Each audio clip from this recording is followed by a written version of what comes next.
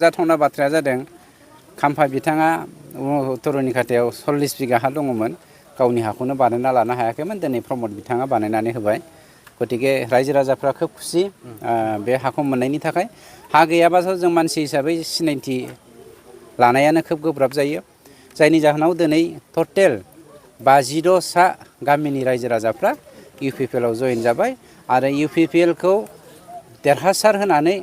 भबिष्यत जोंनि बर' सावथाल बर' राजबंशी बर' नेपाली बर' उराव जेसेबां जोंनि माने मिसआन्डारस्टेन्डिं दङ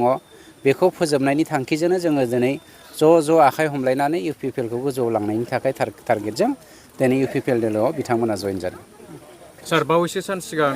भारत सरकारा फोसावनाय डिलिमिटेसन ड्राफ्टखौ उदालगुरिनि रायजो राजाफ्रा गोजोननाय मोनाखै होननानै बुंदों। बेथ' ड्राफ्टसो फाइनेलथ' जायाखै नालाय दा जोंहा माबा मोनसे अजद दङब्ला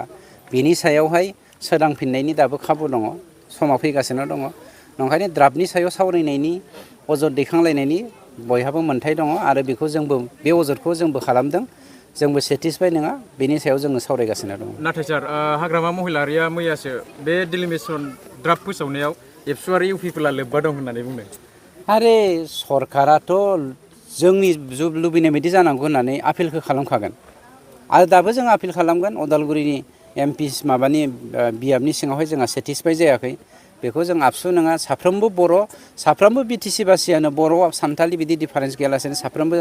आपिल खालामगोन बेयाव हाग्रामाया राजखान्थि गेलेनो नागिरबा जागोन नामा मालाबा ख्रिस्टान जाफ्लानाय मालाबा सतजंखि जाफ्लानाय मालाबा मुसलमान जाफ्लानाय जों बिदि राजखान्थि खालामा राजखान्थिया आलदा धोरोमा आलदा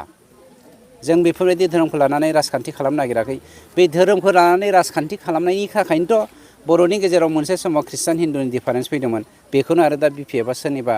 फाफ्लियाव हमनानै खालामफिननो नागिरदों। Thank you.